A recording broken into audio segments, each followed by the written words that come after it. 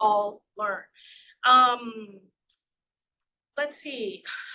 So I also wanted to say that, you know, staff and volunteers are incredibly important in this. Staff have access to certain information. They will open the doors to make sure that what you're trying to accomplish is accomplished.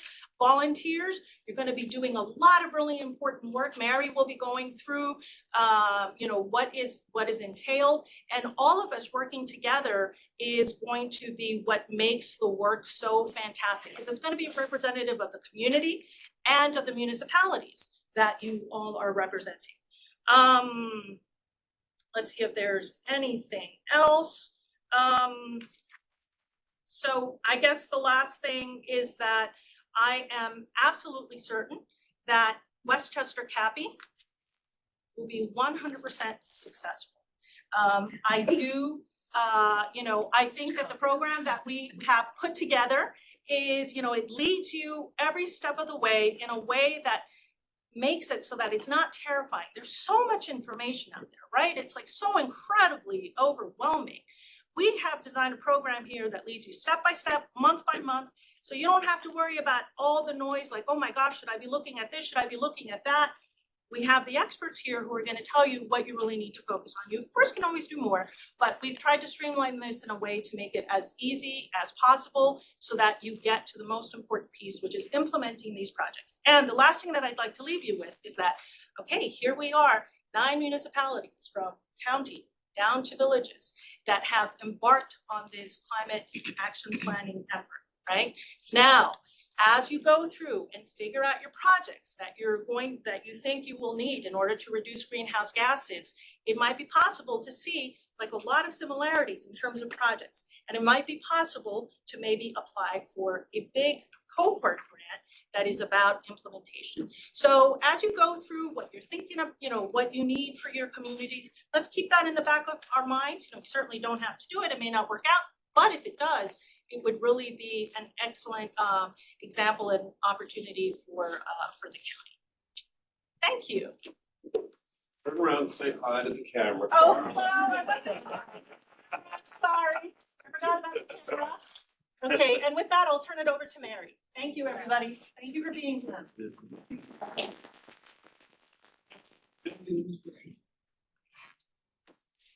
Oh.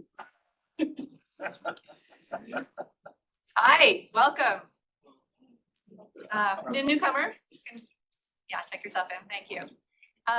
So I'm thrilled to be here, and I thought we could start with some introductions, since part of the reason why we're here in person is to get to know each other and to learn a little bit about each other.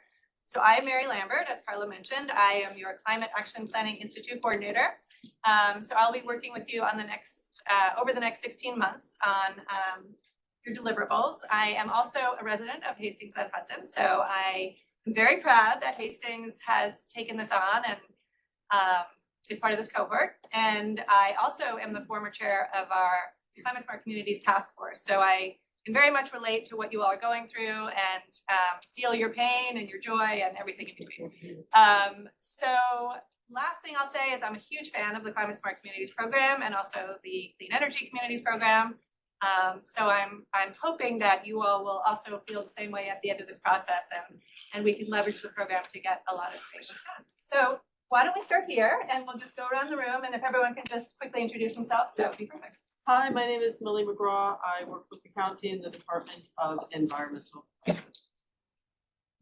Justin White, guest of Erica, legislator Erica Pierce, longtime volunteer.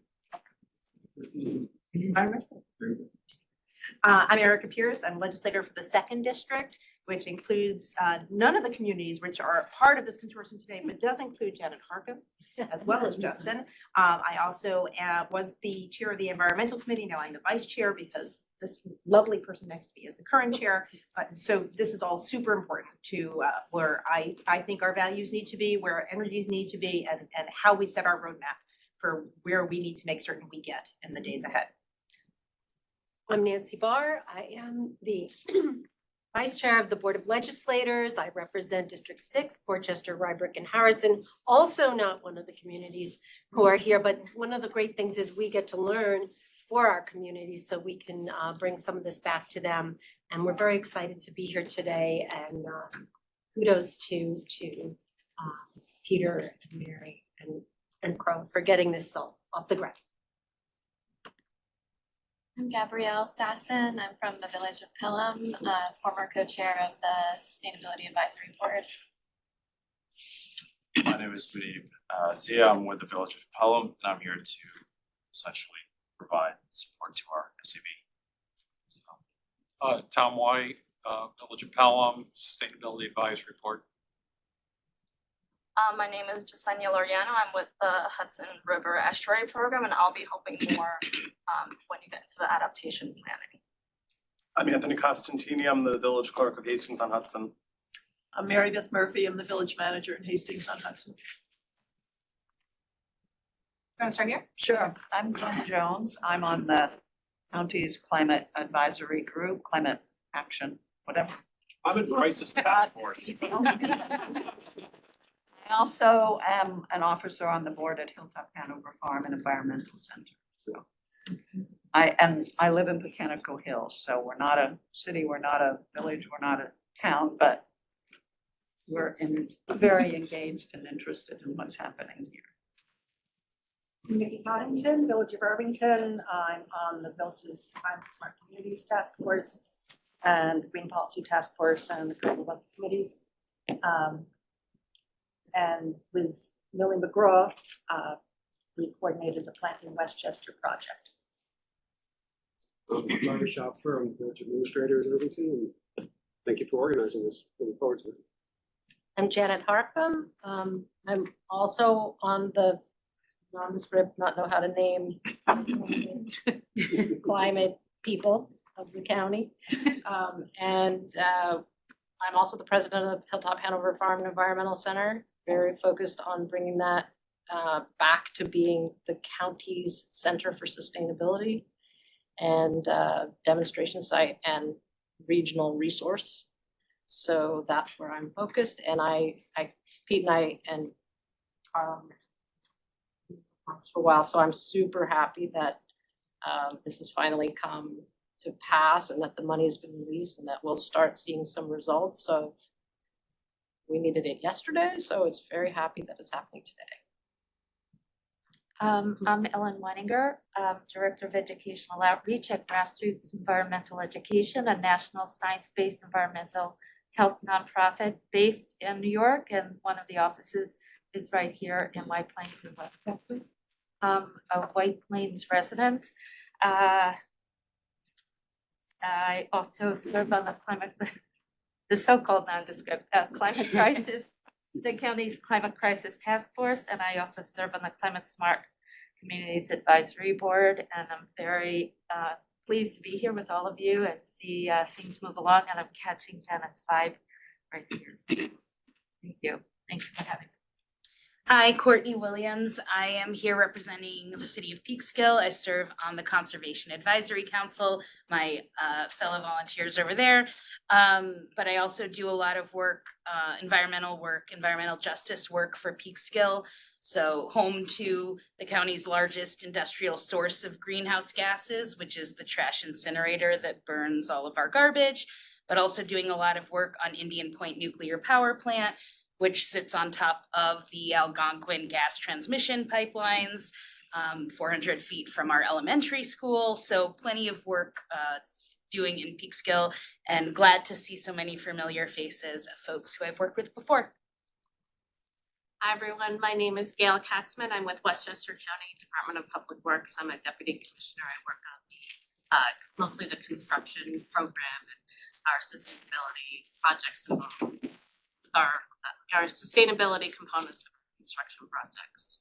Happy to be here. Charlotte Binns, I'm from Irvington on many committees, and most recently, I'm now the sustainability director for the village. Nikki Armacross, I'm the mayor in Hastings on Hudson. We're very happy to share Mary with all of you. And we are very proud to be the highest ranking climate smart community in the state. And thanks to the efforts of Mary and also Mary Beth and Anthony and many others, And I'm also on the New York Council of Mayors, so NICOM's Environmental Committee, and on the Sustainability Committee of the Westchester Municipal Officials Association. So we're dealing with these issues very, very locally in our village and all the way up to the state level. Very excited to be here. Big fan of the program. I'm Anjali Sautoff. I'm an environmental health scientist. I consult. Currently, I'm on the Climate Crisis Task Force. I'm from Pleasantville and serve on our Smart Communities Task Force. I'm working on the National Climate Assessment right now and the New York Climate Impact Assessment and the New York Extreme Heat Action Committee. Dave Kavinga, Assistant Commissioner with the County Planning Department, focusing on the environmental programs. Hello, Lisa Copeland from the great city of Mount Vernon, the jewel of Westchester, as my mayor says. I know Janet, know Angelique, I know Peter. No. Happy to be here. I'm also on the climate board, the county climate. Dean Galley, I'm the co-chair of the Tarrytown Environmental Advisory Council, on the Climate Smart Community Task Force, and a member of the Scenic Hudson Trails Committee. And looking forward to a good information sharing session. Rich Slingerland, Village of Tarrytown, Village Administrator. I'm also on the DEC's Hudson River Municipal The estuary Group. Yeah, advisory group. Hi, I'm Judy Mezzi. I'm Deputy Commissioner of Planning for the City of White Plains and on our Climate Smart Communities Committee. Hi, my name is Miriam. Very nice to meet you all. I am the Climate Smart Coordinator here at the City of White Plains. I'm excited to meet you all, especially Mary, even though I haven't met her in person. I know that she has been a huge inspiration for Mayor Roach, and that is why he wanted to be part of this too. I'm Heather Eliezer. I'm here from the village of Pelham together with Gabrielle, Munib, and Tom. Currently co-chairing the Sustainability Advisory Board. Kay Barthelmess from the Conservation Advisory Council in Peekskill, here with my coworkers and very, very happy to meet all of you. Thank you. Yes. Hi, I'm Elaine Kokoma. I'm the chair of the Conservation Advisory Council in Peekskill. Likewise, very happy to be working on the CAPI initiatives. I'm Peter Irwin. I'm a city planner in the city of Peekskill. Right here, do you guys want to introduce yourselves quickly? Hi, we're late, and I'm Karen Corey, Village Manager Rosning, and Assistant Village Manager Maddie Zahat. Wow, so I'm so excited. As Carla said, this project has been such a long time coming, so I think we should just jump right in and start to learn about what we're doing. Take it off. Yeah, next slide, please. All right, yeah, so just quickly, I'm gonna go over the CAPI background, the Westchester participants, the scope of work, the roles and responsibilities, and next steps. Okay, okay, so just to review, I'm sure you all are aware, Westchester Climate Action Planning Institute, what is it? It's a facilitated collaborative working group through which a select group of 9 local governments develop individual government operations greenhouse gas emissions inventories and government operations climate action. The emphasis here is really on government operations. As you all probably know, there's another PE action in Climate Smart Communities that pertains to community climate action plans and community inventories. We are not doing that. We're not focused on anything community oriented, just government operations, which is a little bit of a lighter load. So we recommend oftentimes to municipalities that that's a good place to start. Then also the municipality can show their leader in doing this prior to taking on the community work.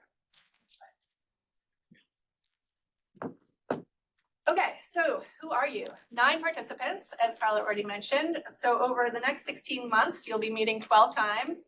And at the end of it, there'll be 2 reports, as I mentioned, the inventory and the climate action plan for government operations. There was reference already to the adaptation component of this program. I'm not going to be talking about that today, but that's a separate parallel track that some of you have opted into. We hope to kick it off in the next couple of months, but stay tuned, there'll be more information coming on that. But for today, we're just talking mitigation, not adaptation. Okay, so why are we doing this? What is the value of CAPI? So first off, it's all of you. I think the fact that we did those introductions just underscores the amazing talent that's in this room, and I really urge you to leverage this network and to get to know your county neighbors.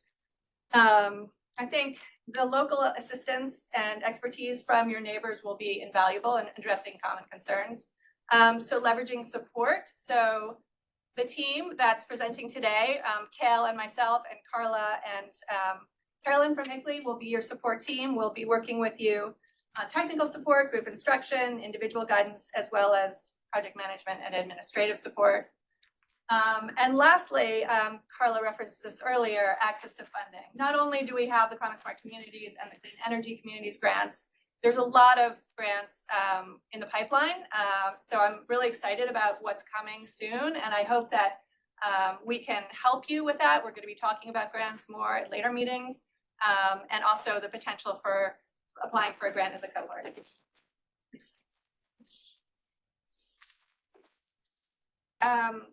Okay, so in summary, basically, this is an examination of municipal processes, infrastructure, and ecosystems. We'll create targets and plan actions based on the data specific to your community to better manage your greenhouse gas emissions, and hopefully uncover cost savings and grant opportunities, as mentioned. Okay, next. Who are your partners? Hudson Valley Regional Council, where I work and Carla works. We are a regional nonprofit that supports local governments and communities in the Mid-Hudson region, and ICLEI, the International Council for Local Environmental Initiatives.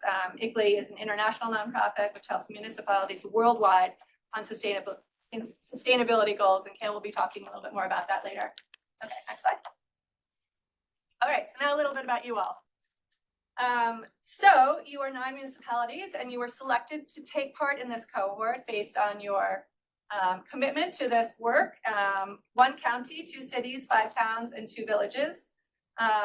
You range in population from the village of Irvington at 6,000, roughly 6,000, to Westchester County, which is almost 1 million. So you see a big breadth of population numbers there. But 2/3 of you are along the Hudson River.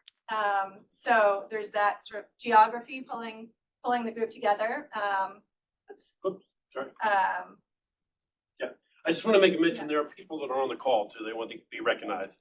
Okay, so, hey, yeah, so Haven Colgate is on here. Jamie, I'm not sure who Jamie is, Kate Schlott, and Susie Ross. Awesome. Well, there you go. Well, there you go. Yeah. Okay. Okay, so climate smart communities. So 4 of you all, the communities are certified in climate smart communities. Hastings is silver certified, as the mayor mentioned. The bragging rights is the top points earner on CSD in the state. So that's exciting. And then Pelham, Irvington, and the county are all bronze certified, which is tremendous accomplishment. And the rest, I think, have all done CSC actions. I know you have, and you've all passed the CSC resolution, so off to a great start. Next slide, please. And for those of you that are not as active in climate smart communities, I think that a fair number of you are involved with CEC as well, and I'll talk about that in a second. But just some actions. This is really just a quick spotlight of kinds of some of the things that these communities have done. We have Hastings with the natural resources inventory, climate vulnerability assessment, Pelham with its benchmarking municipal buildings, a New York tree cover survey, which I thought was very interesting. Irvington with its EV charging stations, and completed a flood study, another interesting action. In Westchester County, so many great actions. Completed a full fleet inventory of over 1,600 vehicles. I'm sure that was a huge lift, so well done. All right, next slide. So clean energy communities, which is sort of the cousin to the Climate Smart Communities program, a NYSERDA program as opposed to DEC, and many of you all are very active in that program. In fact, in total, I believe you've completed over 50 high impact action items in that program. So that's exciting. And here are just a few of them: community choice aggregation, clean heating and cooling, unified solar permit, open C-space, C-PACE financing, and LED lighting. So, hopefully you can learn from each other. Again, I think if you're thinking about doing some of these actions, you can reach out to others who have done them and see, how they did it and how it went. Okay, next slide, please. Okay, so now the work ahead. In the first 4 months, we'll mainly be working on data gathering and planning. So you'll also be finalizing your team participants, roles, schedule meetings, and if you choose, you can customize a project plan. We'll be leading you through the project planning, but if you want to take that on yourself, you can as well. We have a template that you can use for project planning that hopefully you'll find helpful. We'll also be reviewing your data and gathering the remaining data. So we'll be talking a lot about data at the next meeting and in coming meetings, but just so you know, this is kind of the start of the data gathering process. And there will be a designated data resource. I'll talk about that a little bit later. And that person should familiarize themselves with ClearPath, which is ICLEI's tool. And again, we'll get back to all these things. I know there are a lot of new terms and a lot of information, but basically the data resource person will be really key in this greenhouse gas inventory process. They're going to be the ones who are writing the request to the appropriate people to get the data and then inputting the data into ClearPath and basically generating the analysis that will inform your greenhouse gas inventory. In months 5 through 8, you'll be focused on completing and presenting the inventory and then beginning your government operations climate action plan. Next slide. In months 9 through 12, you'll primarily be drafting your climate action plan. And in the last 4 months, you'll be finalizing and presenting the CAP or the climate action plan to the relevant stakeholder groups and your board or council for adoption and publishing it to your website. Okay, next slide. Major milestones. I'll just start with months 1 through 4. Basically finalizing the team, each member's role, completing the data collection and inputting the data into ClearPath. Feel free to ask questions either now or at the end. I'm going to cover a lot of this again. So, you might want to wait a little bit if you have questions on this, but next slide, please. Okay, so high level overview on what you will be measuring and the baseline here. So first off, the 3 main emissions sectors are buildings and facilities. This is mainly the electricity and natural gas from your buildings, heating and cooling systems, your fleet, which is emissions from gas or diesel, for all municipal owned vehicles, including off-road vehicles, lawn care and landscaping equipment. And 3, which is lighting. So traffic lights, street lights, could be even lights on tennis or basketball courts, or parking lights. And then other sectors, not all of these apply to everyone, but water supply. So this is electricity associated with pump stations that you may own, wastewater treatment facilities, emissions associated with treating waste, landfill, waste sent to landfills, incinerators or composting facilities, as well. Refrigerants, so refrigerants come from air conditioners or from some machinery like hydraulic lifts. Employee commute, so this is gas assumption associated with municipal employee commute. And we've chosen the year 2019 because it's the most recent pre-pandemic year where the data will not reflect disruptions from COVID. There's some strategy there too in terms of picking a baseline because as Peter was saying earlier, if you choose it too recently, then it's harder to show that you've actually made progress. But what I mentioned was really the main reason. Yeah, so roles and responsibilities. Thanks.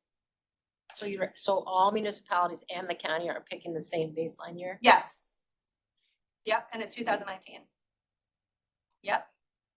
There may be one exception, but I think the benefit of doing the same year is that then everyone can compare their inventories and see. I mean, it's obviously different because of many, many factors, but there is some advantage to having everyone do the same year.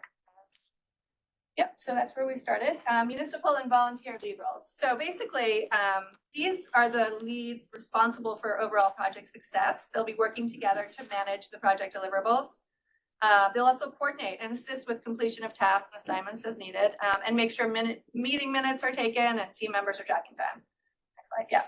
The participants will just be actively participating, and they generally the roles for the team participants fall into three categories here: data, research, and outreach and communications. Next slide, please.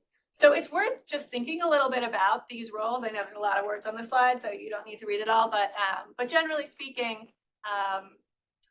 the work involved here is quite different. And some people might have skills or interests in one bucket, but not the other. So, you know, you might just think about this in your first meeting when you go back and have your first cohort meeting just on your own. So for instance, the data role I mentioned already, that's going to be incredibly important for the inventory. And that's, you know, someone who likes working with numbers, projections and formulas, has data management skills. They're going to be the ones who are requesting the data, inputting the data into ClearPath, as I mentioned, and running the forecast models.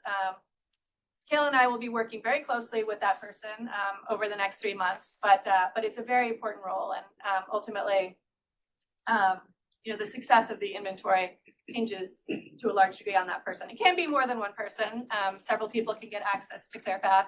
I know Kayla will talk a little bit more about this later, but it, you know, it's good to just really have one or two people focused in on this. Research, these are people who are going to be persons who will be researching project ideas for the CAP. This comes into play more with the climate action planning work.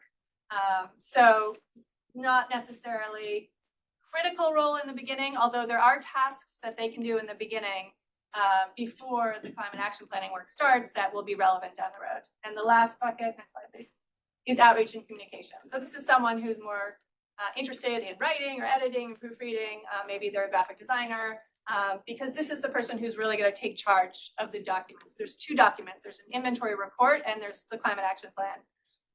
So they'll be in charge of taking the information and making it look readable for the general public. Oh, sorry, go ahead. Okay, so time tracking.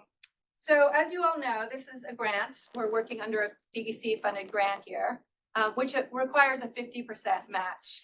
And that can be provided by in-kind staff and volunteer time, but it has to be carefully tracked. So each municipality has its own SharePoint folder. And at the end of this meeting, I'm going to send you all an invitation to that SharePoint folder if you haven't already received it. And in that, you'll see some documents. This is just a sample for Village of Irvington. You can see they have already collected their data from NYPA. That's their electricity information. And then the box at the bottom is the CAPI match time tracking document. And that's what I really want to focus on right now. Next slide, please. Because if you open that up, you'll see an Excel document which has tabs on the bottom. And each tab is a different member of your team. And when you click on that tab, you'll see this or something like this. And basically, it's a very simple time tracking mechanism. You have date, hours, and work performed. So if you can just try and fill that out on a regular basis, that would be very helpful for me so I don't have to nag anyone. Because this is what we need to submit to the DEC. And on a monthly basis, we're going to be collecting this and sending this off. So for instance, today's meeting can count towards that, and actually time retroactively counts. Some of you guys have been working on this project for years, and you can track your time going back many years. In fact, you can go all the way back to March 14th, 2021. 15th, sorry, March 15th. I finally have that memorized. So I gotta correct it. If you do March 14th, it won't count. Well, it shows the value of all your time is very valuable, and it's, you know, Exactly. you know, make sure you track it. And it's possible we might have even met the match before we Yeah. started. Okay, so on to resources. Can I ask a question about data real quick? Yeah. So as far as like, because I think I'm on the county team. How granular will this data be? Will we be getting generic NYPA information, or are we going to be able to prioritize where the waste is? You know, if you have a particular old building or an old infrastructure that's leaking and not efficient, how are we going to be able to gather the data to make priorities? Yeah. And I don't really know is there a plan in mind? Yeah, so I don't want to get too ahead of myself. Oh, go ahead. Can you repeat the question? I'm not sure how well sure. that microphone picks up. Sure, good idea, Carla. So the question was, It can be later if you don't want to answer it now. I'll answer quickly now, and then maybe we can get into it a little bit later. I know Kale's gonna speak to this too a bit.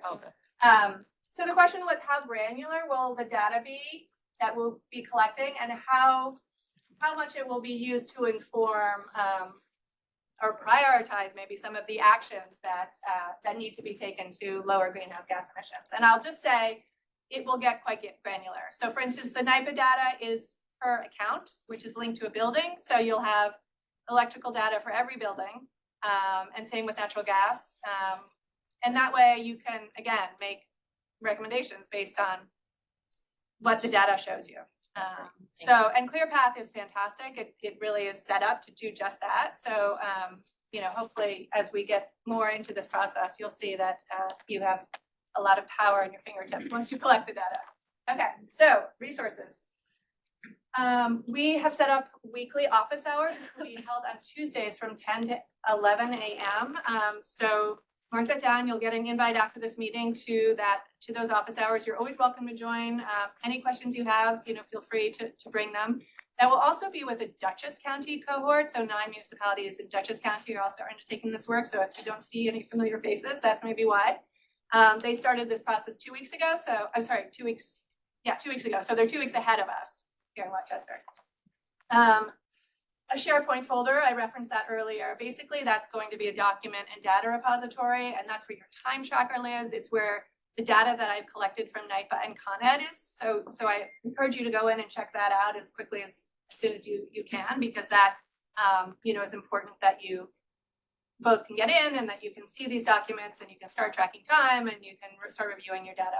Microsoft version of like Google Docs. Yes, exactly. Basically. Yep, it's Microsoft's competitive product. Yeah. Question, Courtney. Yes, I was wondering, where can we find the list of everybody of us here in Westchester, and can we get a similar list for the Dutchess folks? Yeah, I mean, that's something that we can put on the website if people are interested, which it sounds like they are. I'm happy to provide that. With contact info would be great. Actually, Mary, I think she invited us all and we were all visible. So Right, but we don't know everyone's title or what capacity they're participating. Yeah, and that's no problem. I can put that on the website. So that's a great segue into the website. Yeah. So there's the URL. Don't worry about writing it down. I'll send it to you all. But it has already on it. It has relevant resources to the work that you're starting to do. It has. It'll have our meeting presentations, Kale and mine from today. It will have other resources. It will have the name and title and email address of everyone here. So you maybe guys put that on the SharePoint and not on the entirety of the World Wide Web for everyone. This is actually a private site. This is just available to everyone in this room. Yeah, and Dutchess even has a separate one. So this is just for Westchester CAPI. And so if you ever are not sure what you should be working on, you can just go to this website and it will say what your homework is for the next cohort meeting. And it will really spell out again, what you should be working on at that point in time. ICLEI ClearPath tool, Kale's going to talk more about that, but basically it's a tool for emissions data and gathering and forecasting, and then a community engagement tool, which will be an online forum for questions, comments, and information sharing. More information on that to come as well. So reminders. This is a really collaborative process. I believe at least even more important than the outcome is the process, right? The process of emissions management. So I encourage you to talk about that with the team, and if you need to bring more volunteers in, this is the time to do it. And definitely think about the skill sets of the people you want to maybe involve, or your own skill sets, and where you want to contribute, what your interests are, and obviously commitment level is important. Remember to keep meeting minutes and notes. Oh, sure, yeah. Is there a sort of optimum team size that you recommend? So the size of these municipalities is so different. I mean, I think for the county, you'd want many more people than for the village of Irvington, but that said, there isn't really an ideal size. It depends on the people's commitment level, their backgrounds. Some people might think it's more beneficial to have 2 people working on the data together as a team. It's also maybe more fun, whereas other people might say, I want to be laser focused and get this done, and I don't need anyone else to help me. And that goes for the other sections as well, right? The research and the communication. So yeah, no, it's keeping meeting minutes and notes, right? I mentioned, so, the CSC requirements are quite specific and, pretty strict about process. So it's really important to document your process and include that when you submit for these two actions in the Climate Smart Communities portal. So again, maybe you want to just set up a Google Drive and put your notes in there. You can also use the SharePoint folder, but just, be sure to keep meeting minutes and, contacts, the people you're going to be reaching out to get the data. That'll be important too, because when you go back to do another inventory in the future, you're going to need those names and contact information. So we recommend that. And please do keep your time tracker up to date. That's really important from the DEC perspective. And please ask questions in monthly meetings, weekly office hours, the community tool, or just schedule a meeting with Kale or myself. Both of us have a little virtual meeting link in our signature. So if you just click on that, you can always schedule a meeting with us, or of course, call us at any time. And next slide. So next steps. Team homework. Okay, so leaving this meeting, your tasks are to finalize your team, the roles, and how your meeting administration will work. Decide who will be your team's key data resource. That's the kind of critical role I talked about earlier. Review your electricity and natural gas data in SharePoint.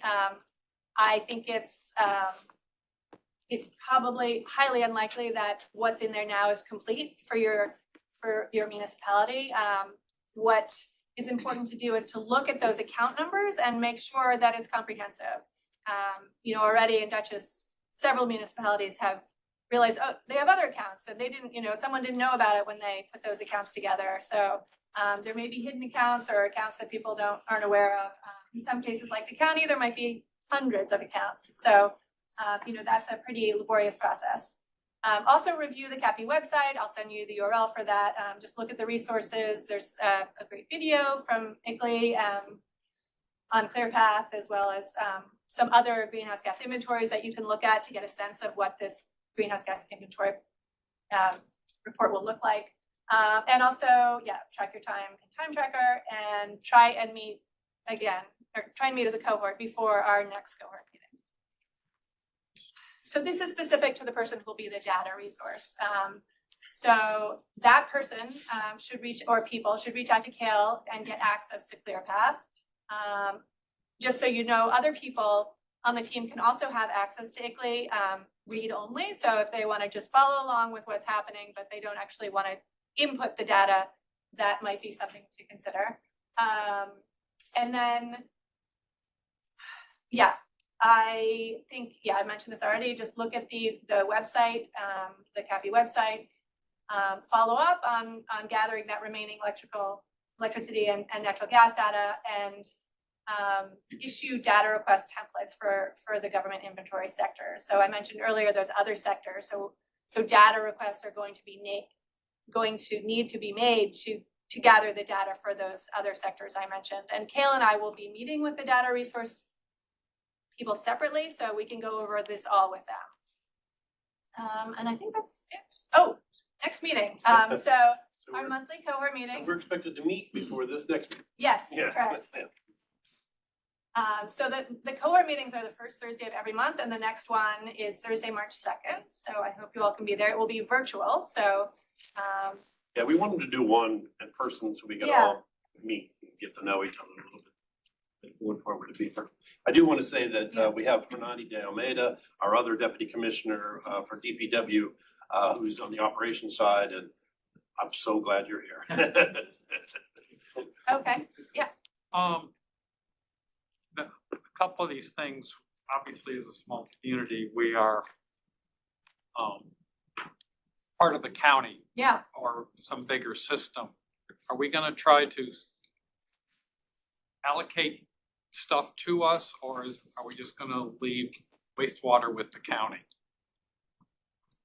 So if you're, that's a good question for Kale. I mean, I think it depends if you're not owning or operating the wastewater facility.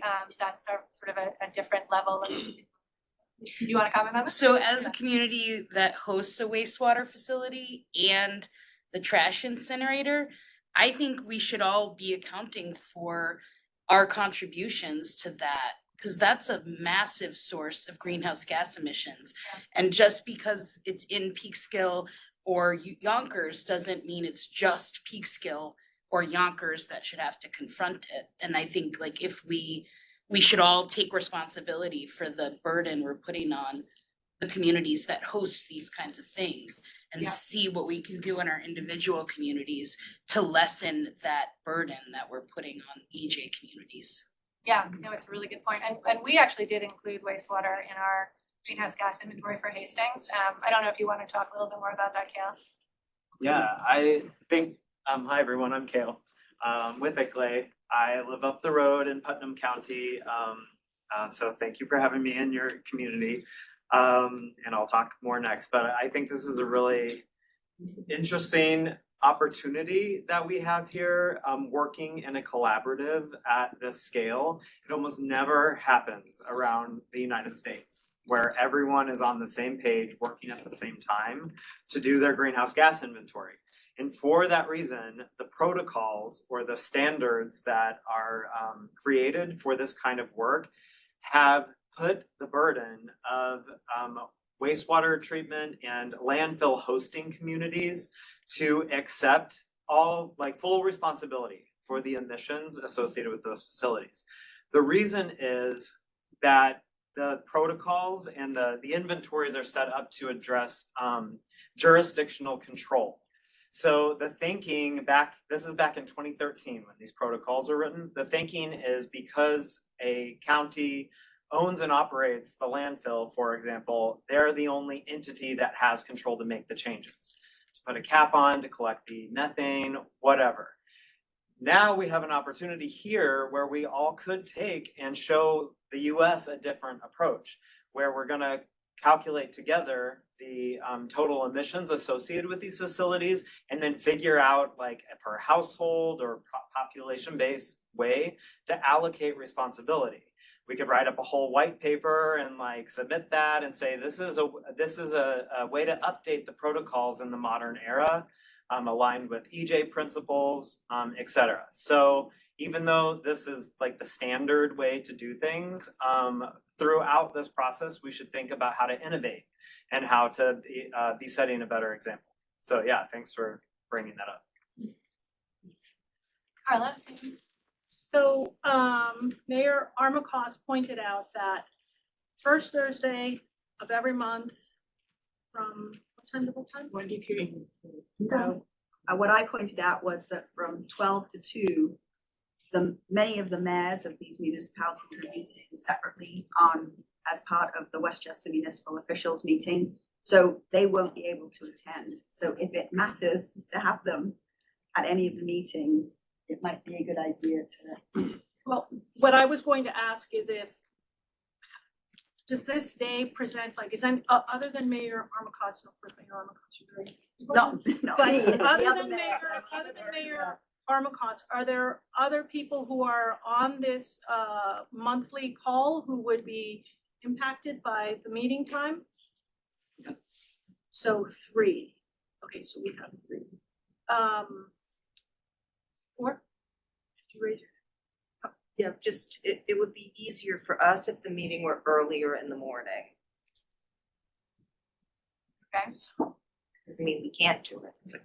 Yeah, I mean, just a couple things to note. I believe this time was set by a poll, right? A long time ago? A long time ago. Okay, so that's that. The second thing I was gonna say is that we are recording the meeting. So if you do miss them, there will be a recording of the meeting you can watch, and that will be on the CAPI, the Westchester CAPI website. So something to keep in mind. But we can also think about changing it too. Yeah, it's hard to find a time for so but yes. Can you say a little bit more about the role of the people who are representing the 8 communities? Are we working on the county plan or as a sort of in a different capacity? That's a question for me. And so if you're on the Climate Crisis Task Force, you're working for the county. If you're on the Westchester County Climate, yeah, especially you. And Janet and Ellen and Gwen and others here. So, yeah. I don't think there's anybody that's on the Westchester County Climate Crisis Task Force that is also on one of the municipal. Susie. Susie. Ross? Yeah, okay. Right, well, that's it for Actually, me, Gail, if you wanna, Yeah. you're up next. Okay. Okay, thanks. Yeah. Thank you. Thank you. Yes, we were gonna do a break, Mary? Did you still wanna? do Yes, we are gonna do a break. Yeah, we have coffee and there's water and there's some. Yeah, the coffee is on the table. It's on the Yeah. There's a bathroom on the first floor and a men's room here. Come over here. This is all being done here. I keep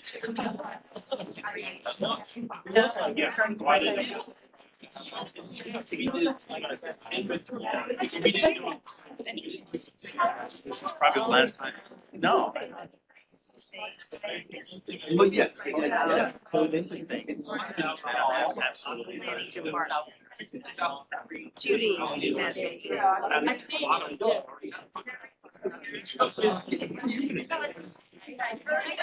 why I don't. I mean, he's moved this long for a long time. It was like those phone calls,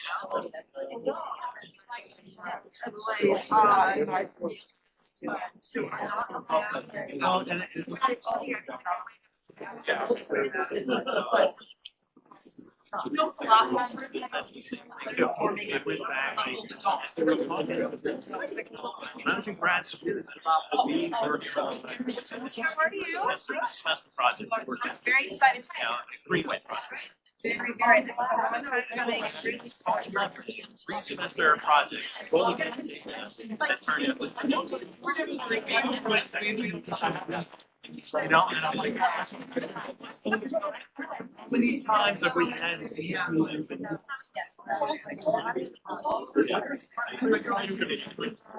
We had the same thing on the Spanish. I just mean in general, how is she? Yeah, I thought that's out of my.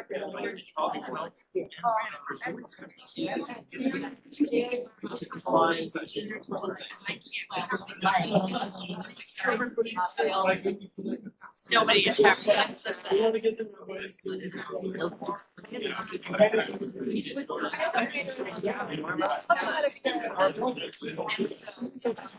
And parts isn't even here. Why isn't anybody from that? Yeah, are you enjoying the cookies? It's from a relatively new bakery in my town. They're red, their bread is amazing. They're also, their coffee is really good. They make cheese, wine, so the sweets are an added layer. Tradition. Janet, but as soon as I saw them, I knew exactly where they came from. I'm Eric Pierce.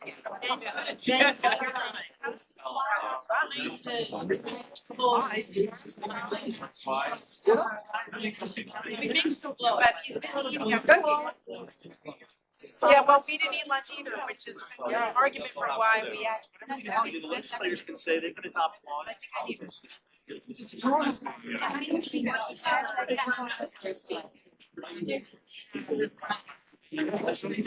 What is this gonna do?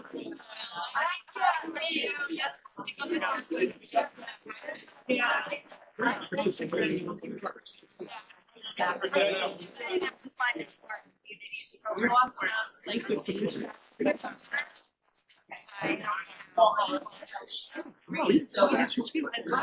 And I live on the corner of where.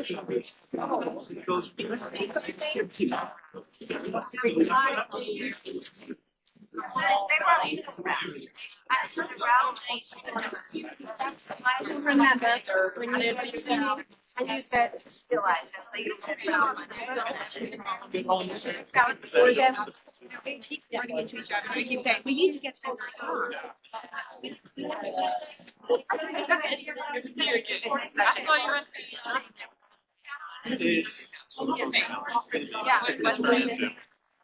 Yeah.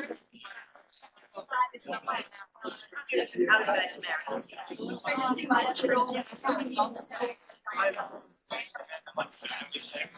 I mean, actually, this man next to the corner.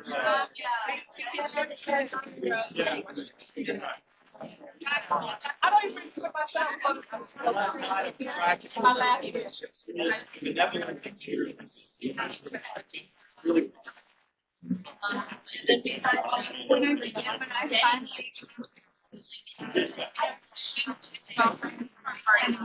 When you love.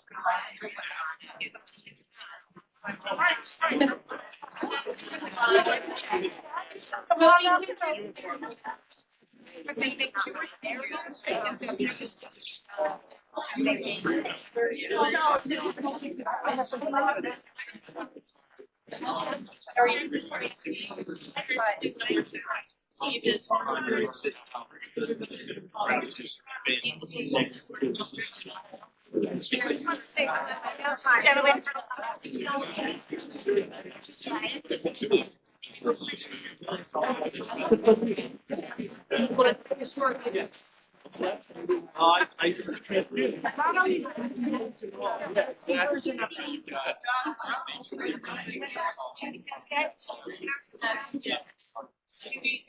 meeting, the reason it's late, we were meeting, recruiting and then falling. Perfect example. You can't even get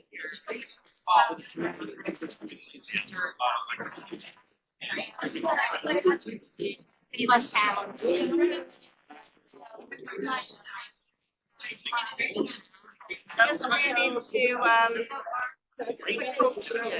it's one of the Cardinal Fevers, he went to part of our conference, smaller towns, he's working at a restaurant in Tarrytown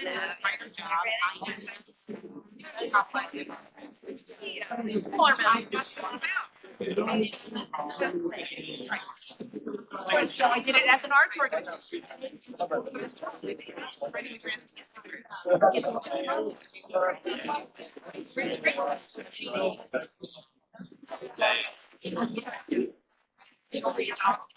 Speed. How do you get on game? So you turn off the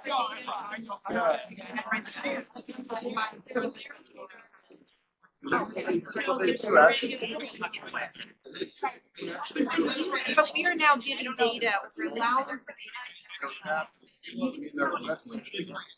But you don't even have, you don't get an invitation. If you don't have that data, you can't start paying for the data. You have to be ready for the period of, yes, you have to be ready, and that's a piece of pre-ready, nobody, unless you do it, no.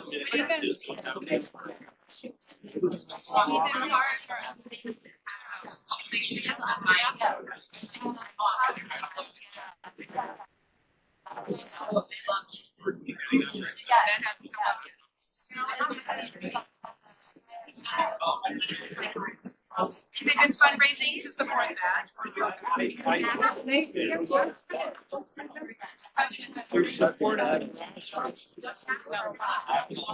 But I think the structures are.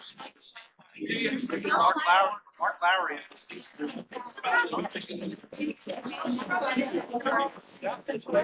Budget, staff. So. It's a nice house. Big yard.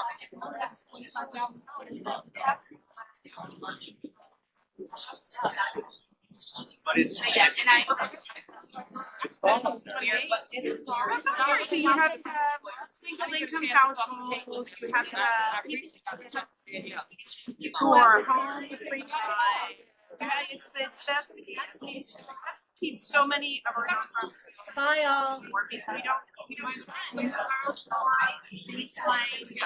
dollars for anything else. So you can have that's ready. There's a.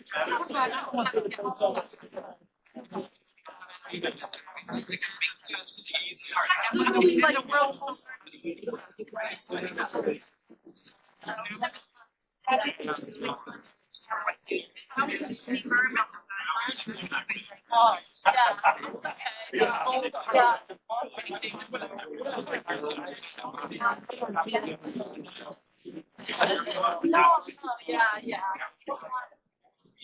Raising the trust. Like you can see how.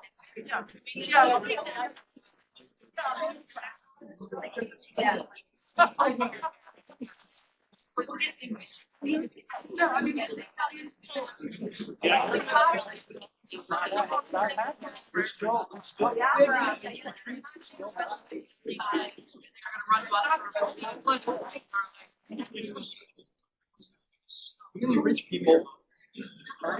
Access to lobbies. On the coast. You know.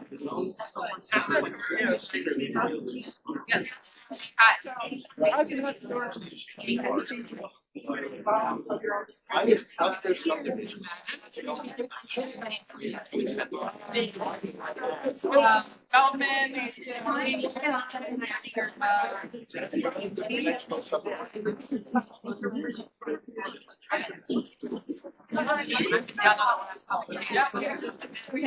Mary Jane, you know what's good. I can't. Mary Jane Vines. Yeah, that's true.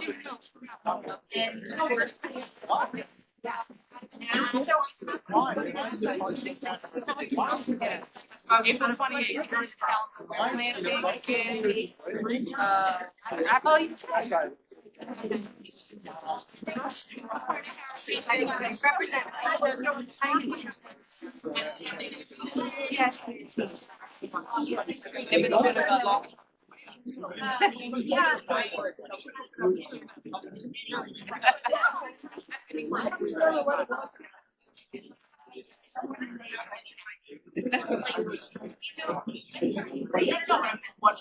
charging around? Oh, big skill. Did you say?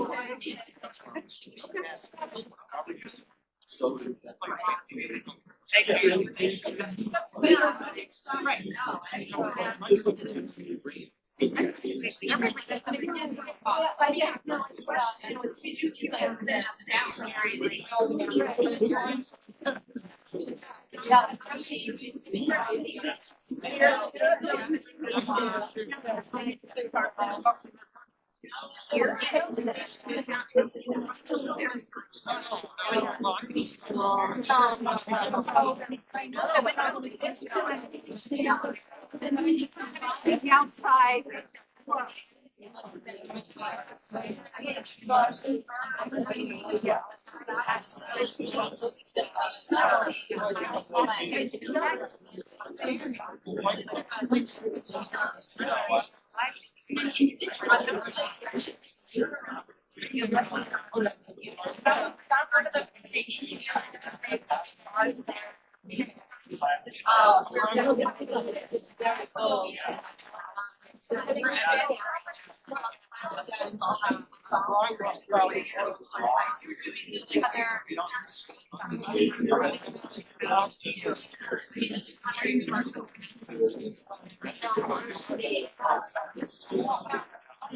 No, Terry's not there.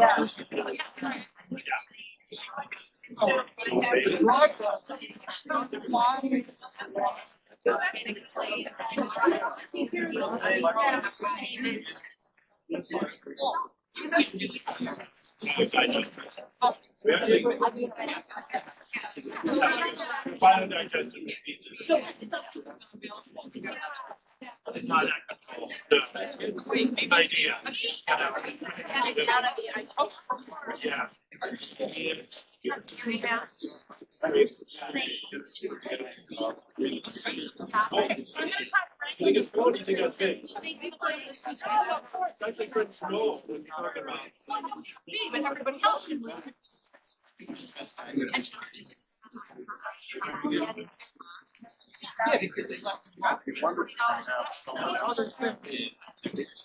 So I think CAPI run on it. It's just like I said, our life's changing. Yes. I didn't realize. Grab a cup of coffee quick, we're gonna get started there.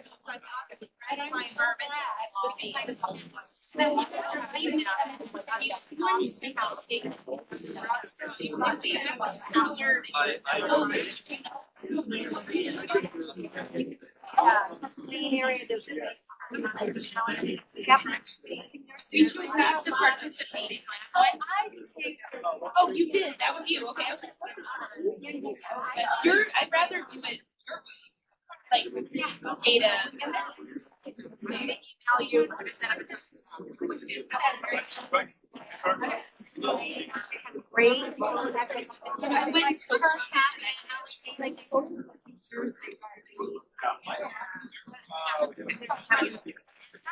Shouldn't have enough.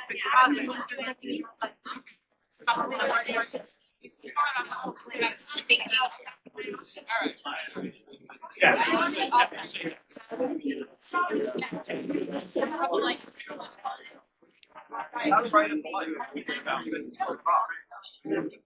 Gene, why did you account for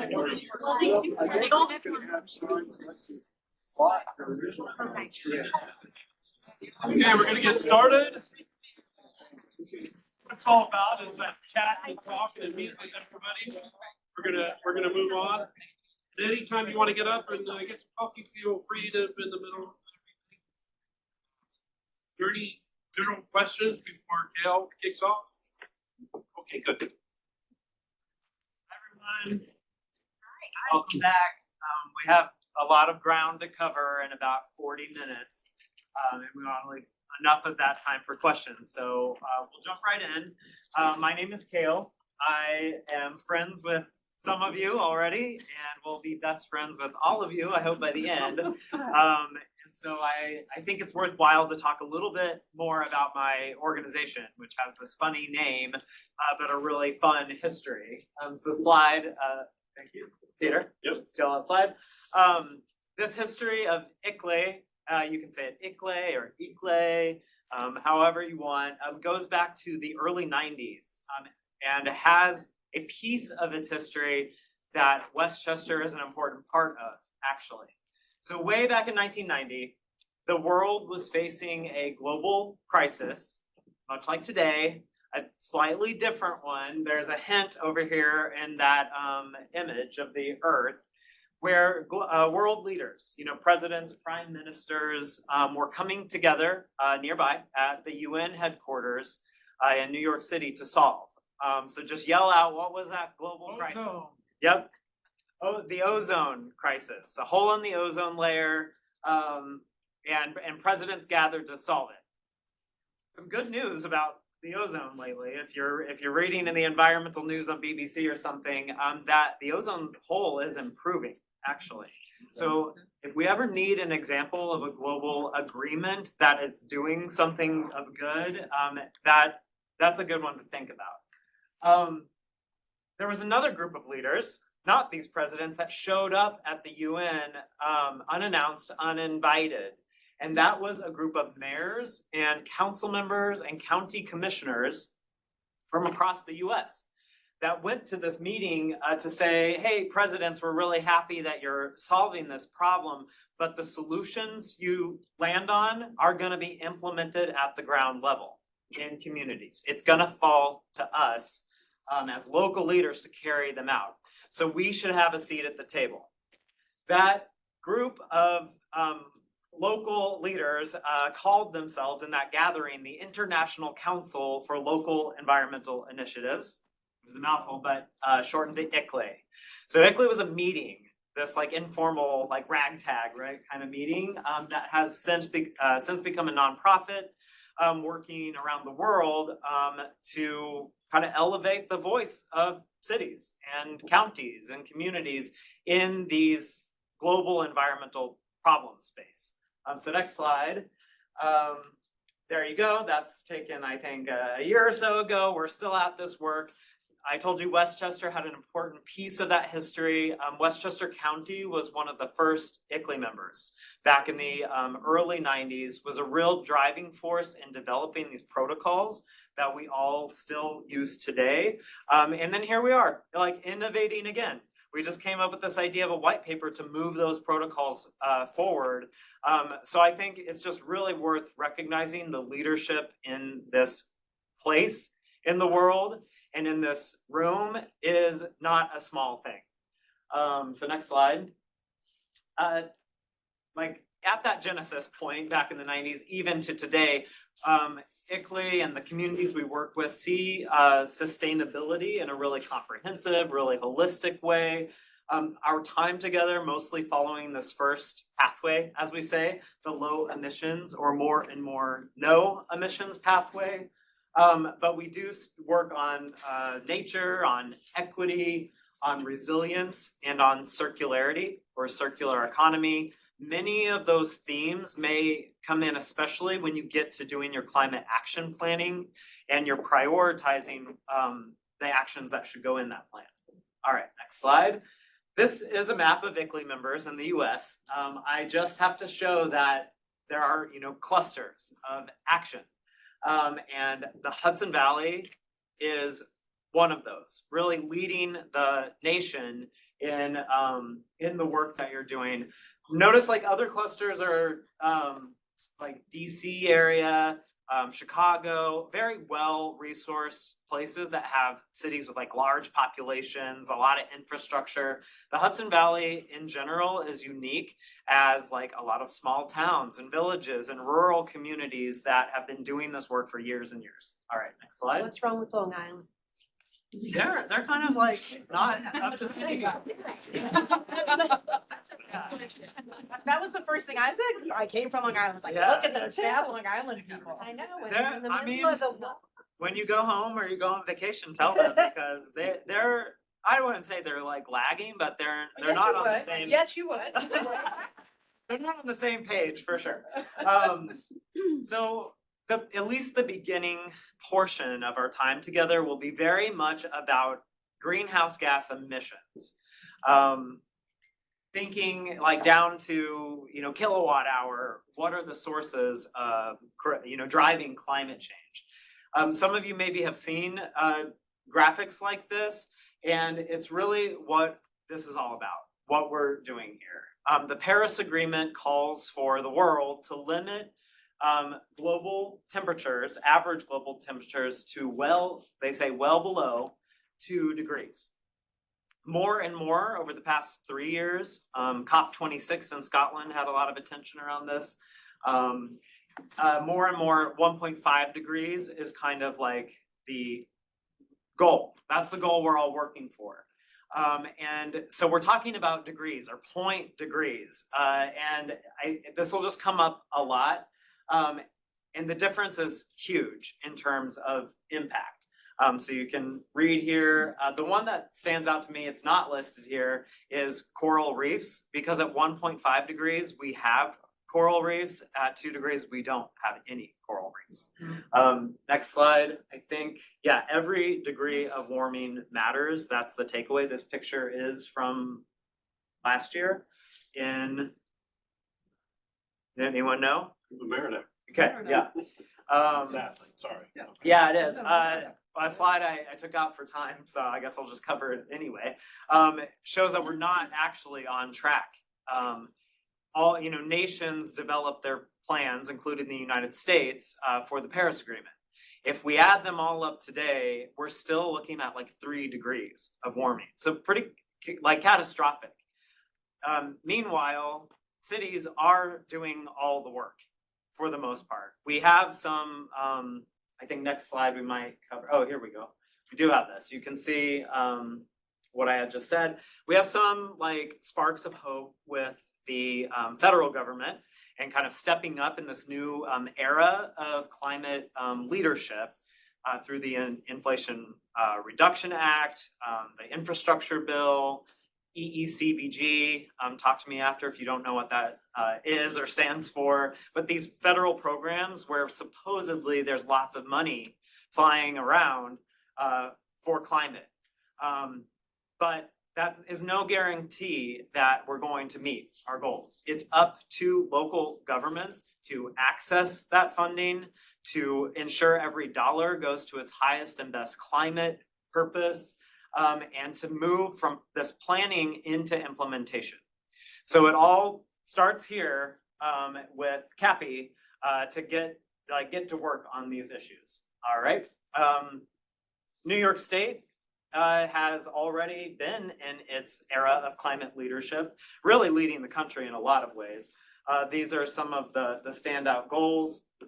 Just want to say many of these also implemented at the local level.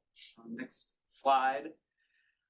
Because we're talking so much about emissions sources, just want to throw up a snapshot of the greenhouse gas inventory results, high level for the state.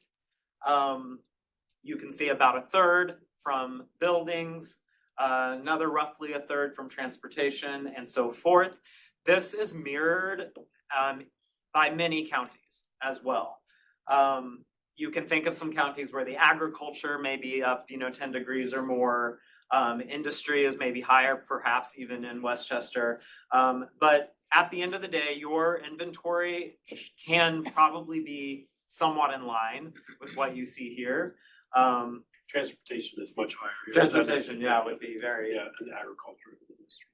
Yeah, those first two is probably like a big chunk of the pie, maybe, over 50% would be buildings and transport. So, I talked about this a little bit with the infrastructure bill. I do just want to say some of these federal programs have formula allotments to large communities, including counties. Others are, competitive grant-based. Others, like this EECBG, that stands for Energy Efficiency and Conservation Block Grant. It's an Obama-era program that's been reinfused with funding.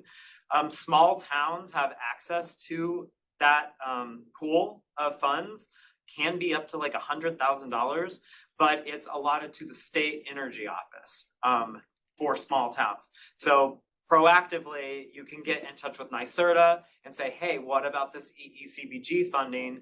We have our climate action plan that you're putting together from CAPI. We want to fund X, Y, and Z program.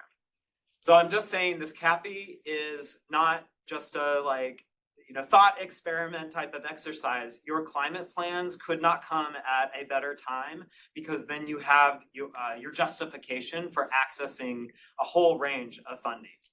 All right. Almost a shovel in the ground, but not exactly. All right. You still have to buy the shovel. Yeah. Right? Okay. Different map, kind of similar. This is a map of the published climate action plans in the United States. Far fewer dots, but still a cluster here in the Hudson Valley area.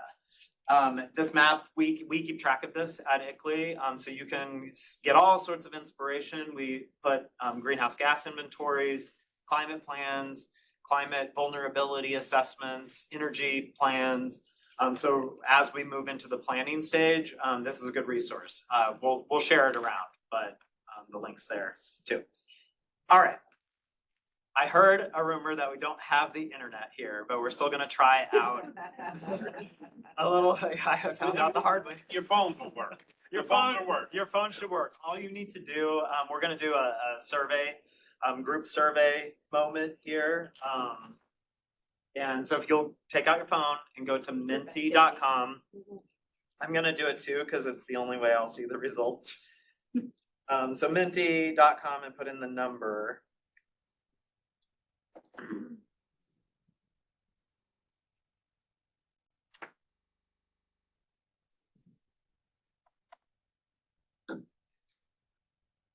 All right, people making it there, you'll see a question.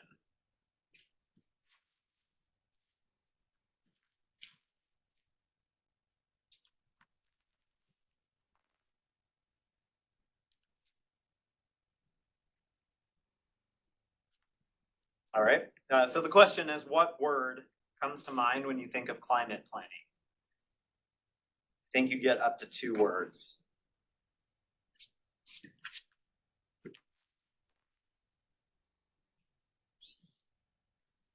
And I'm hoping it'll show us all the answer when you submit.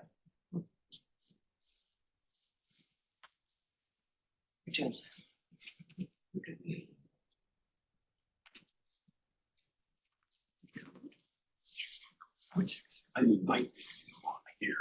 Okay, that, I think I would maybe have to even log in to tell you though, the issue.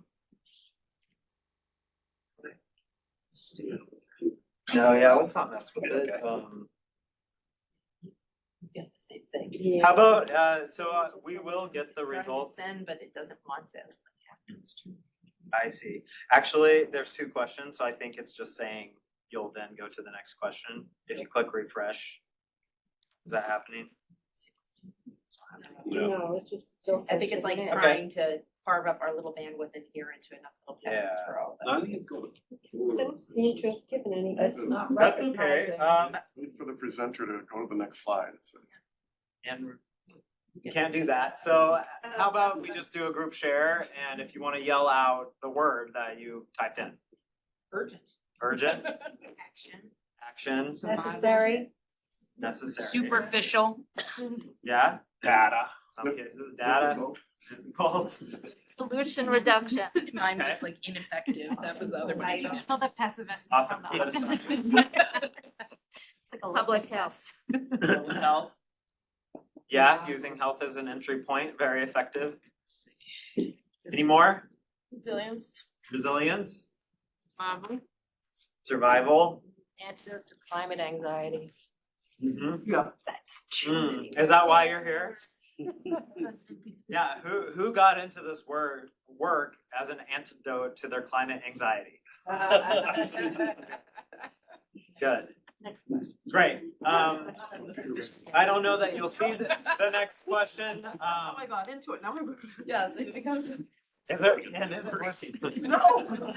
It's like the website connection. It's all. Yeah. So the next question helps us in the HVRC and ICLEI team.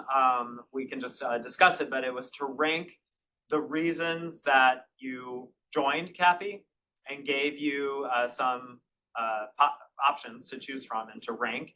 And it was, Mary, maybe help me out with what some of them were. Yeah, cost savings. Cost savings, to access grant funding, Greenhouse gas emissions. reduce emissions, Kids and grandkids. yep, future generations. Guide actions. Yep, it was like prioritize in your plans. So among those, like which ones resonate as like, that's what got me here, what was top priority? Kids and grandkids. Kids. Okay. Kids and grandkids. Yeah. I feel like that's an answer you give whenever it's out loud, but you might type in something else different. I'm just kidding. You're younger. You want the grant funding. I think it's like why. No, why this I'm is here great. versus why he skills here. Skill. Yeah. Yeah. Because I. Yeah. To halt extinction. Yeah, we actually did not have that one on the. Great, I think we'll move on here. So we're brought to the table probably for a mix of all those reasons. And someone said like overwhelming or like ambitious, lots to do. Difficult, that was one. The plan. What was it? Challenging, yep. You're right, this is not like small stakes project.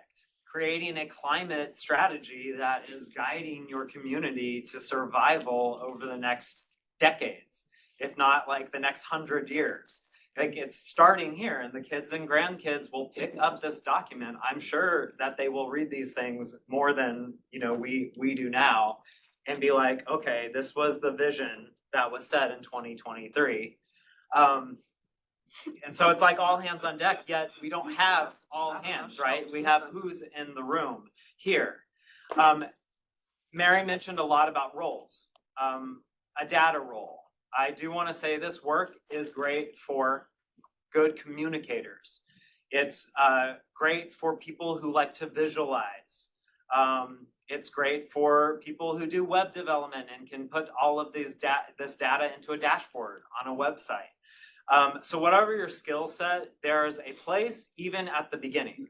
We'll talk a lot about greenhouse gas inventory, the data role, but at its most fundamental for me, a greenhouse gas inventory is the first chapters of a climate story for your community. It is a mode of storytelling. And that is grounded in communicating, in engaging people. You're just using these emission sources to do it. And that can be tough. There's creativity. The other thing, to make this less difficult, there is a process. There's a framework and a step-by-step approach that we'll be following together. So breaking the problem down into manageable steps. Generally speaking, it's this project management timeline or cycle.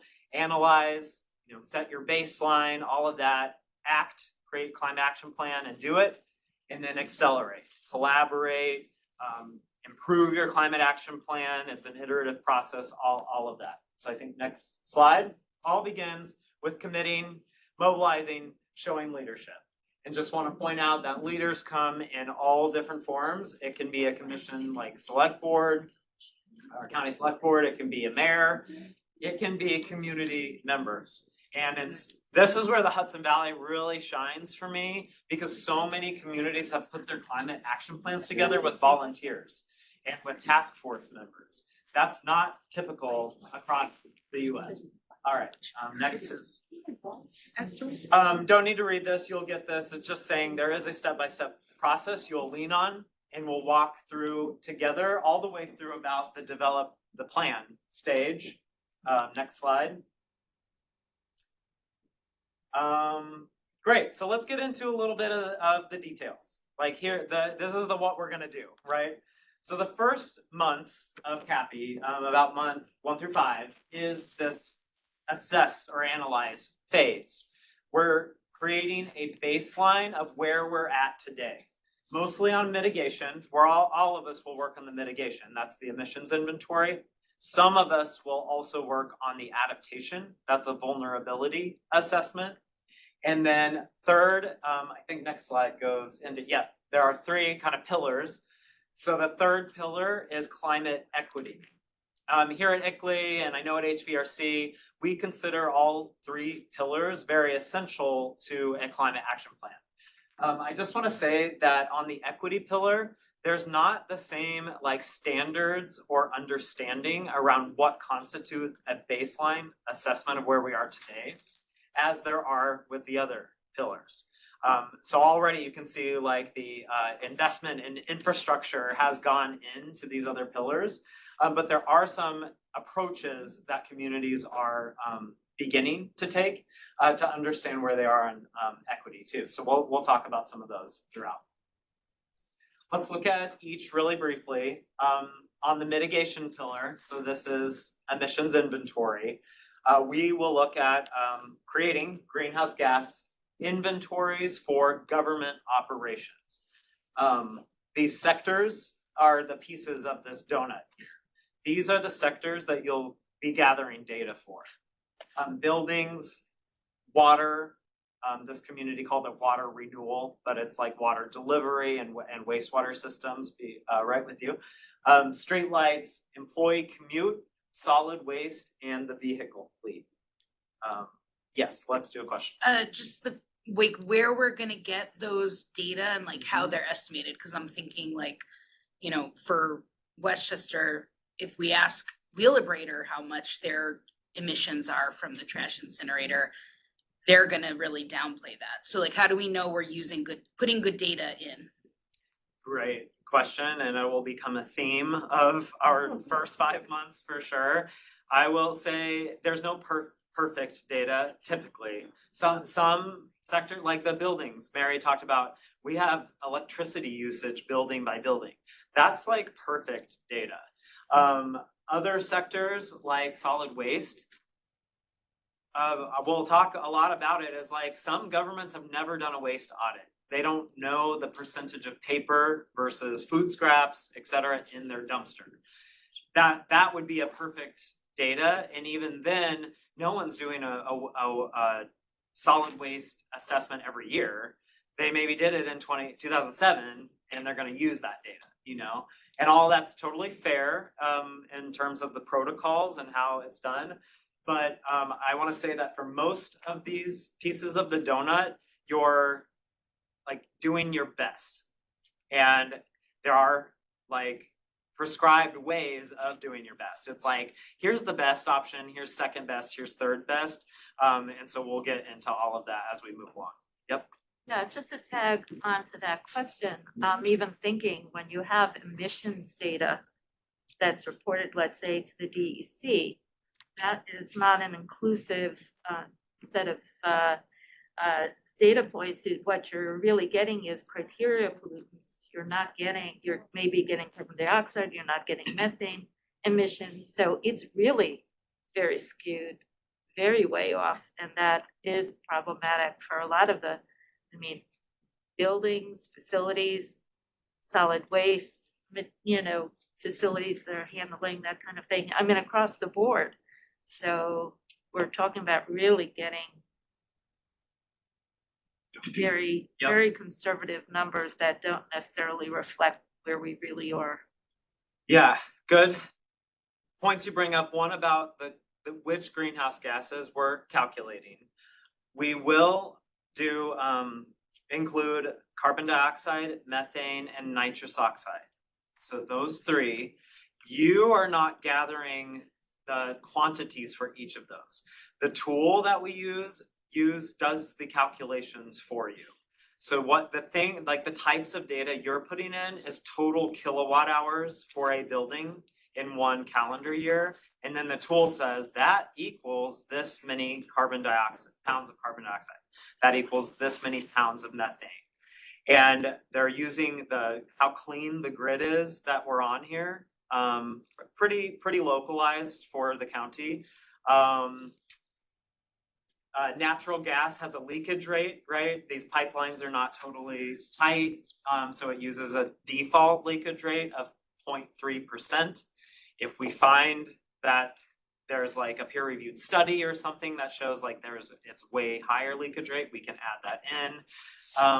So we will touch on all those greenhouse gases and we will try to refine them as best we can. Yeah, we'll cover more here in a second on where you get the data. So next slide. A little fuzzy, but that's okay. You may be familiar with this kind of scopes. Like when we deal with emissions accounting, we talk about scopes. Scope 1, Scope 2, Scope 3. Scope 1 is considered your direct emissions, like the emissions associated with burning or turning the lights on in this building. The government owns the building, that's Scope 1. It's like your direct contribution. Let's skip to Scope 3 real fast, and I think you'll see why. Scope 3 is the indirect emissions. Things like leased facilities. That's a building owned by someone else, but the government's gonna take responsibility for it. It's considered outside of direct emissions. Employee commuting, the government's not owning that vehicle, but they're employing someone, so we need to have some sort of responsibility over the emissions with them driving to work. Don't get scared of that. We have ways of estimating stuff if we need to. Waste, solid waste, you're sending your waste somewhere else for most communities. Here it's Peekskill. And so you need to have some responsibility over the emissions with that. So Scope 3 is like outside of government ownership, generally. Scope 2 then, this is the one in the middle, is like some crossing those boundaries.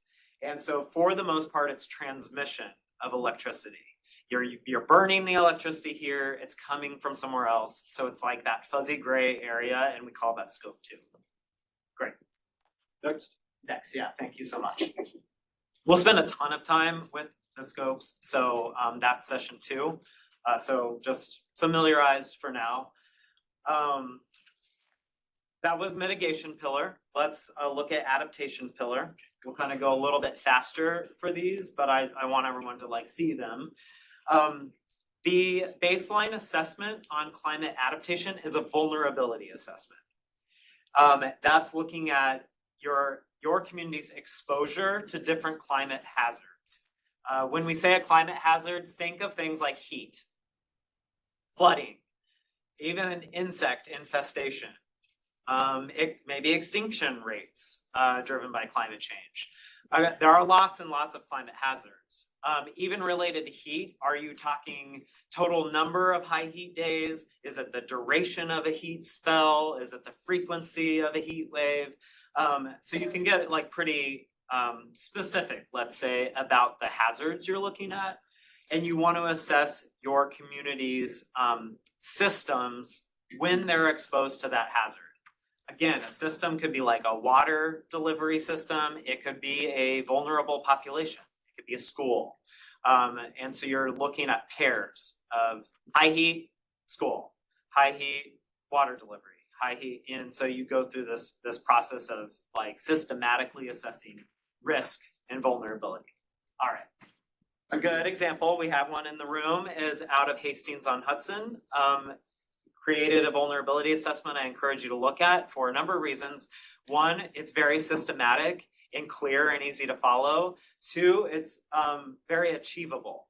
Like any community in the room can create this kind of vulnerability assessment without hiring a consultant for $100,000, you know, to do that kind of thing. All right, next slide, please. Last, we'll touch on the equity pillar and looking at how to assess baseline for climate equity.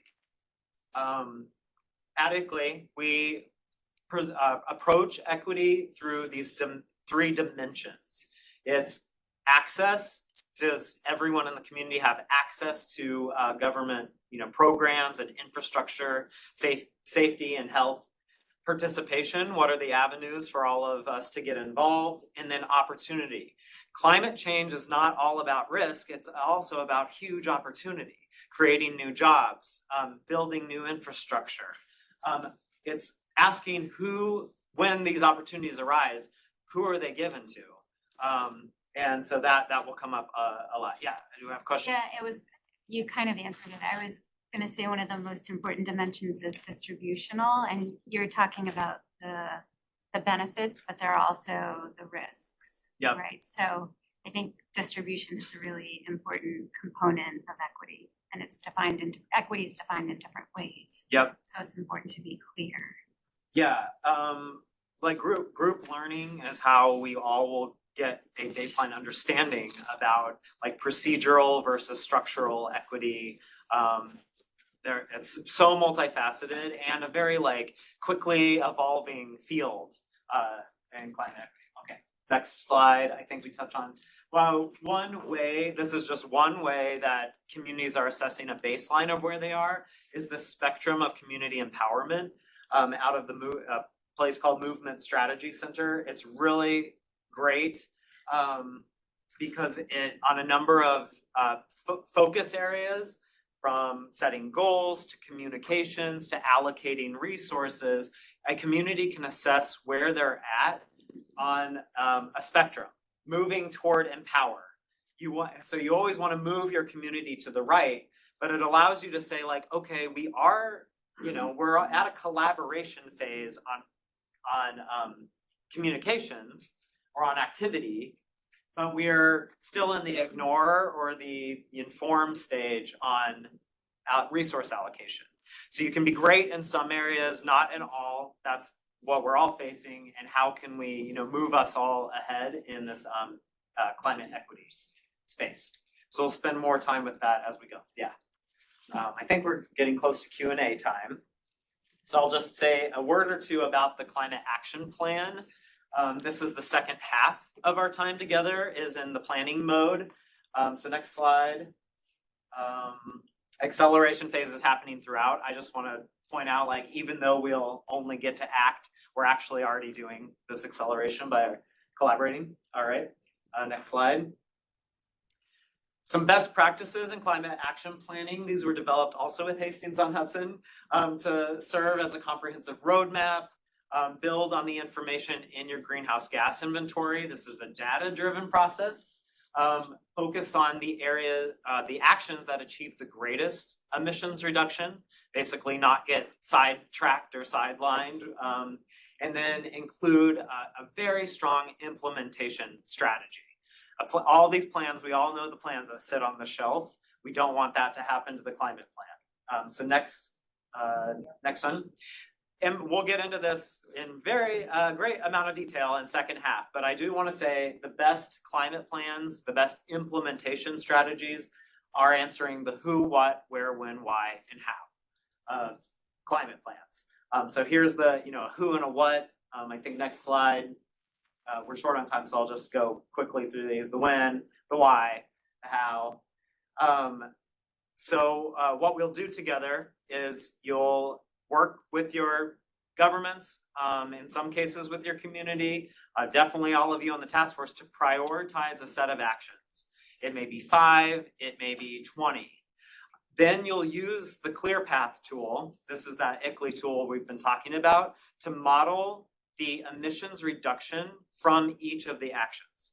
So you create this kind of wedge diagram where you have a trajectory for how emissions normally would, progress in your community, and you're ratcheting that down.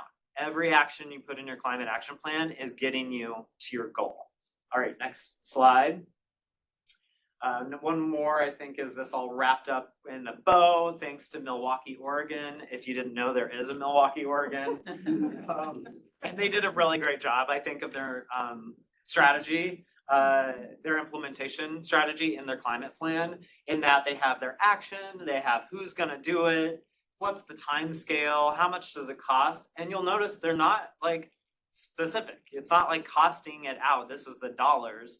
It was good enough for them to just say, is this really expensive, or is it on the cheaper side? And then the co-benefits, health, equity, nature, and biodiversity was one of these. And so you may, adopt a similar approach. You may get more detailed than this, but I think at a minimum, we should be able to achieve this level in our climate plan. All right, let's stop there and actually go to questions. It's got 7 minutes. Yeah. I wasn't sure if I actually start what their materials use, is that on that list? And also, is that something that you're referring to as procurement, given that procurement really does entail products that we are purchasing that have tremendous energy use associated with them, and some of them are certainly products that are petroleum based and need to be looked at. So I'm just wondering if that's where that wording was going, or that's a whole other area. It's a whole other area. It's part of the scope 3 that is not covered under the protocols. It's not required or standard. And the reason is, until recently and even now, it's really hard to get quality data on embodied carbon in different building materials. All the food that we purchase and consume here, goods and services in general are considered scope 3 and are not going to be part of CAPI. More and more communities are trying to include those in an inventory. I would say it's hard and it's a lot of extra effort. So do the standard approach, and then let's talk if you're like really into wanting to look at it's called consumption-based inventory. And then we can get into adding that in. The other piece is the solution side. That's the sustainable procurement, which is one of the biggest tools that a local government has. So I would say, even if you're not covering consumption in your inventory, still seriously consider including it in your climate plan. And we will still have ways to model out the emissions reduction from the procurement activity.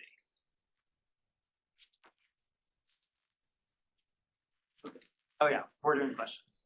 Yeah. How successful were your other municipalities, counties, et cetera, at not just implementing the plans, but getting the word out to their communities that these things were happening and that they were actually part of this effort?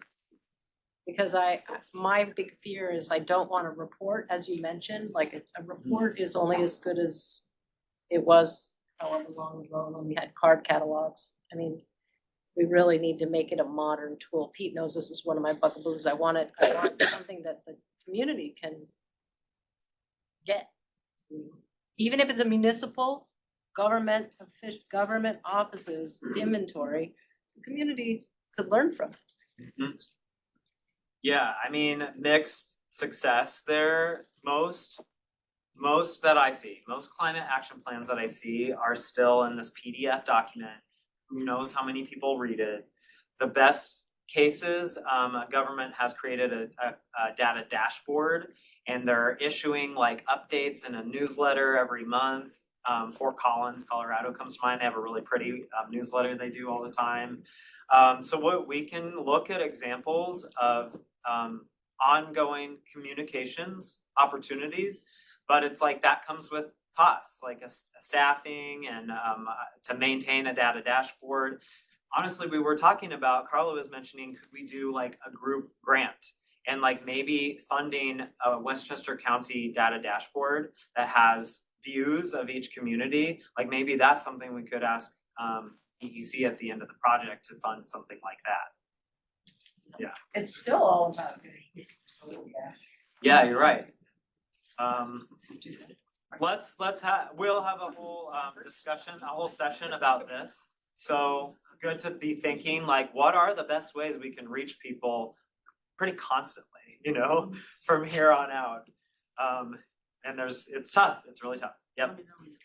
To that point, I mean, we've had at the legislature, and I know some of you in your communities, when students get involved on this topic, it really resonates with people. And I mean, if you go into the high schools and talk about this as something that the community is doing, you may get interns interested in doing it, and then they go and they talk at the town council meetings, and then we've gotten resolutions that students have been able to get from their local towns on various different environmental initiatives. So I feel like that is one of the most powerful ways to not only get help with it, but also to get the word out, because they will. So is there a student component in everybody's municipality? No, but that's. Probably not, yeah. Great. Great, I think we're almost at time, so I wanna turn it back to Peter probably for like a final word. But this is awesome, we have a long time together. It's great to meet you all. My partner is a high school English teacher in Ossining, so I really like that example. Great, so yeah. So much like science related. So yeah, good luck, thanks for the kickoff, and let's do it. We have the room for another hour. We're not going anywhere, but if you have obligations and you have places you need to go, feel free. There's coffee here. You can have that. Drink the coffee. I'm just kidding. So we're here. I'll pass it over to our leaders, Mary and. Yeah, this is a really engaged, motivated, and quick group, and I don't feel the need to go over the homework again, but if you have any questions, you can always go to the website and look at the website and call or email myself or Gail. And I just wanted to thank Peter for hosting us. Oh, no problem. I wanted to say thank you again to everybody for coming in. If you have not signed in, if you could make sure to do that. I think we probably captured everybody. It's really important for DEC reporting purposes. Yes. Be hearing about nonstop. Yeah. Thank you, everyone. Yeah, so feel free to mingle and chat. Eat the cookies. Take the cookies home if you're not going to eat them now. You're really good.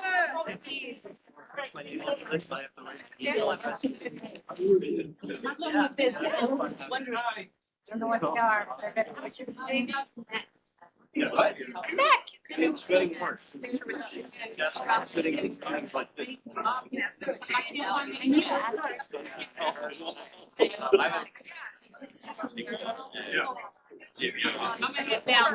to get a picture? Yeah. I just extended my. Yeah, maybe we can, maybe we get Jamie on the call.